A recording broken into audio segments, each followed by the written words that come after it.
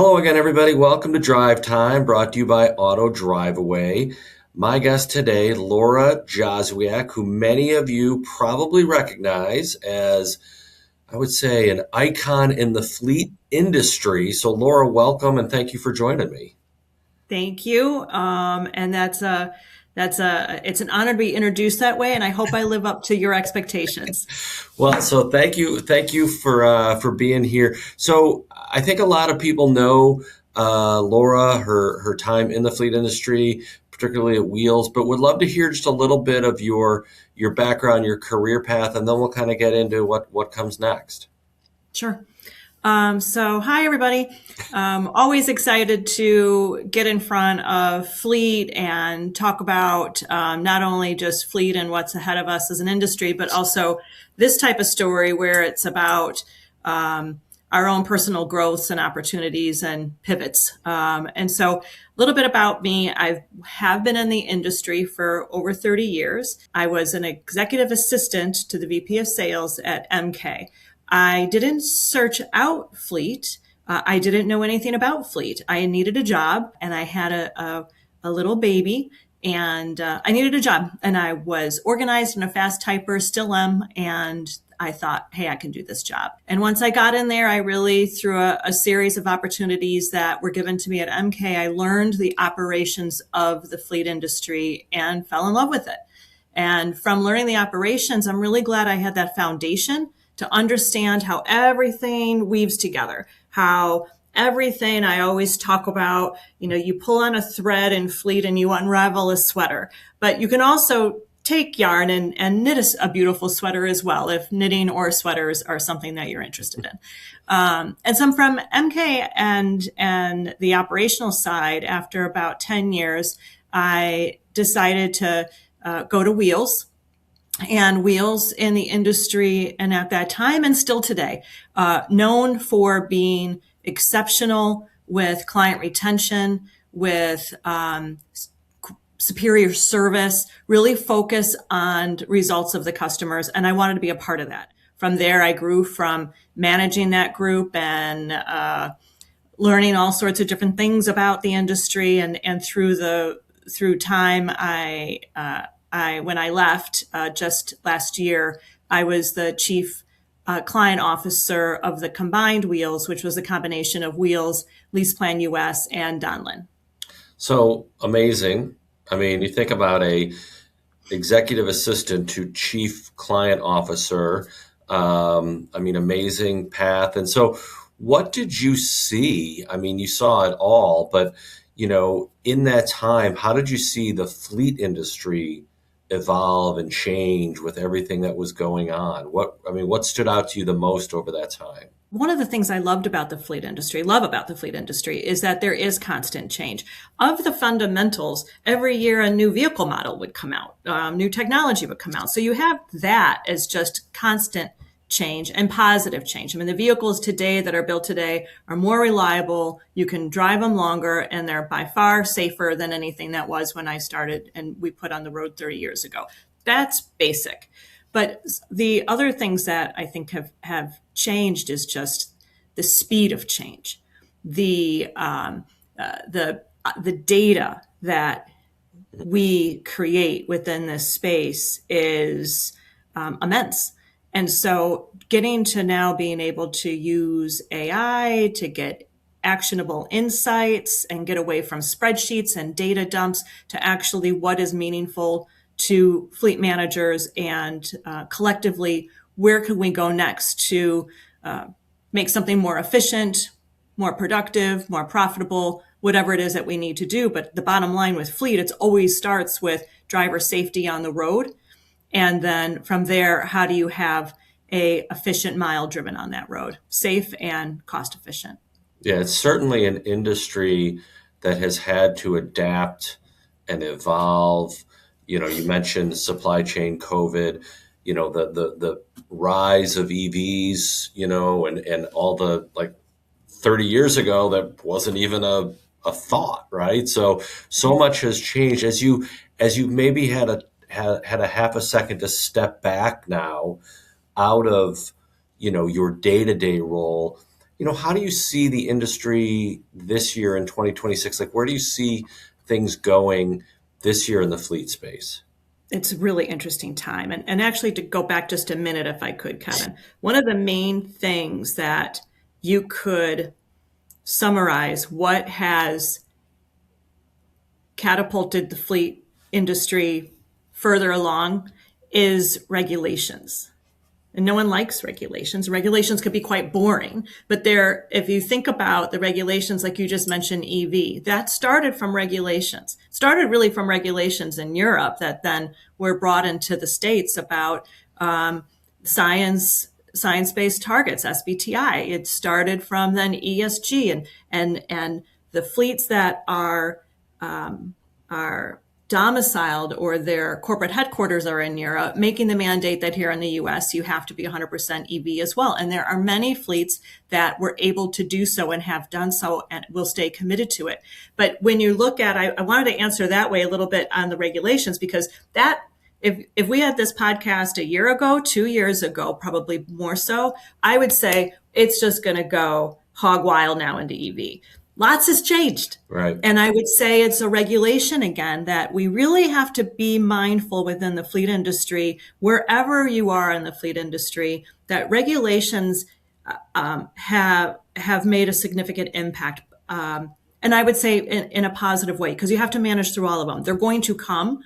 And so now I don't think that EVs are going to be this big hockey stick that was predicted by many consulting companies through the years. It is more of what else is needed within each company on why you need to go EV or sustainability. Where does that make sense for you to do so? And still stay committed to what is needed by each company. And it all comes from flexibility. Right. You have to be flexible in this space. And so I would say, as a long-about way of answering your question for 2026, you have to be flexible. It's easy to maybe make some sweeping claims on what's happened in the past or what's going to happen in the future on fleet. But I would really say it is based on individual companies, their cultures, their mandates, regulations. And so the best thing that we can be doing for, you and I at Auto Driveaway, let's just say, for example, is to be able to understand the unique client goals and culture and be able to be flexible to deliver the solutions that are right for them. And that, I think, for a fleet manager and for everybody in the space, it is about that. It's about understanding new ways of doing business so that you can get ahead of the game. Yeah. Now, so that kind of dovetails into my next question in terms of, FMCs and fleet managers is that ability to stay flexible and adapt. Is that the biggest challenge they might face today, or is it more granular than that, I guess? Definitely we need to and always needed to stay flexible and understand and navigate. From a fleet manager's perspective, if you may be really into change and you're flexible and you see a different future, now you've got to get everybody that you work with to come along on that ride with you and to perhaps question how they've been doing business and question new services or ways to support you as you go on your journey. And as a fleet management company, you also too could be really progressive in your ideas on where we need to go and how to do things differently, but you're working with maybe some fleet managers that don't. And so everybody needs to look at how we can be doing things together, because the world is changing. It's changing faster. And to really be able to adapt and take full advantage of it, we can't do what we've been doing in the past. And I think in general, I think people understand not to say the words, that's how we've always done it. Everybody knows that's like taboo. Don't ever say it. But I don't think that people are actually changing the way they behave. They know not to say the words, but are they really doing things differently? And I think that could be the challenge that we all have to each other is we know not to say, this is how we've always done it, but are you still doing what you've always done and expect different results? Right. The definition of insanity, right? So, as you mentioned, you were at Wheels, MK, and then Wheels. Now you're moving into a different part of your career. And we are very, very fortunate to have had you join our board of directors here at Auto Driveaway. What attracted you to Auto Driveaway? Why was this, interesting to you when the invitation came? I've known of Auto Driveaway all of my career. I knew that Auto Driveaway was reach the expectations that I have of anybody in this space to be client centric and provide excellent customer service. I knew that. I knew some of the people there, like yourself, Matt, that I knew and I trusted and I knew were just good people knowing that they care about doing, providing a great service for their customers. And so that's what initially attracted me is people and culture. Also, what attracted me was to be able to go down deeper into a slice of what I was used to. In fleet management and where I was at Wheels, you had to know everything. It's a huge space of all the different ins and outs and transactions and everything that's needed to from the life of the vehicle and the driver and the company and how you can save money and how you can help. And so I really was quite interested in to be able to dive deeper into a space I hadn't prior. And so that's why that would be the initial. And I will say that I've been pleasantly surprised on how it has surpassed my expectations. First of all, the culture at Auto Driveaway, the drive, the whole sense of the data. To be quite honest, when I saw like how good we really are at delivering vehicles from A to B on time as expected was pretty impressive. The net promoter score, admirable and envious, and should be envious of many others. And so then I really wanted to understand what's the secret sauce and how do we help more people? Because to be quite honest, I believe that a lot of people could be helped in some of the things that Auto Driveaway has been doing the last couple of years, maybe more behind the scenes and ready to kind of bust it out and show people exactly when I'm talking about earlier about flexibility and doing things differently in the future in order to get better results than you even thought were capable. These are some of the things that I think we can bring to the table, what I've seen already. And that's what excites me about Auto Driveaway. Yeah, no, I think your point about, it's very palpable, the culture, the environment, right? And I think that is something that really does make us stand out and helps us deliver on that promise every day. Laura, I don't want to say what kind of role do you like to play, but where do you see as you now kind of move into this advisory capacity as part of our board of directors, what can we expect the value you're going to bring to the organization? Where would you like to kind of initially, focus and bring your expertise to bear? So I'm really grateful and honored that I think the executive team at Auto Driveaway is allowing me to ask whatever questions I want to ask and go wherever I think I can add that value. And so that's really fun. I feel like it's a great partnership that I have with Matt and with Rod and with Jeff and with you. Just everybody saying, kind of what do you think and where could we be going? And then I want to know how I can help. So I don't see this as just attending 4 board meetings Right. A year. This is something that I think about a lot and look forward to understanding. And so where specifically I want to be able to help with some of the expertise that I have, that I've developed over my 30-year career in culture, in leadership, in personal accountability and driving results, and what it means to be client centric and also growth. Being able to understand how you grow and how you can relate to a client value and ensuring that it's a true partnership and they're getting the value and they keep coming back for more because we're delivering that value day after day. Yeah, no, absolutely. I think we're so excited to have somebody with your knowledge. I mean, be able to come in and help help everybody, right? And contribute. And I think your willingness to participate has already been felt. What have you found so far? You mentioned that there were a few Auto Driveaway folks that you knew kind of coming in, but what have you learned as you've now interacted with some of the leadership team, some of the key leader team? Like, what have you found that's jumped out at you about Auto Driveaway as an organization? I don't mean to sound cliche because I know a lot of people say stuff like this. So I really do believe it. And I think if you know me, you know that I only say what I believe, whether you like it or not sometimes. The passion of the people. We just got done with a leadership meeting that I was invited to attend. And every person I met talked about the client, talked about the drivers that are driving.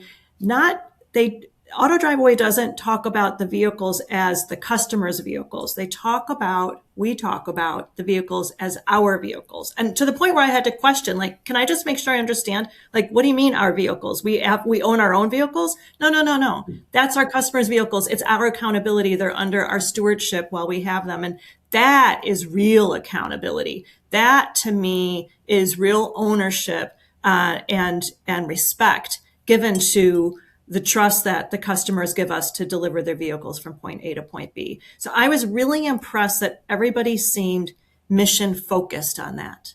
And I heard story after story after story about how each part of the business contributed to that.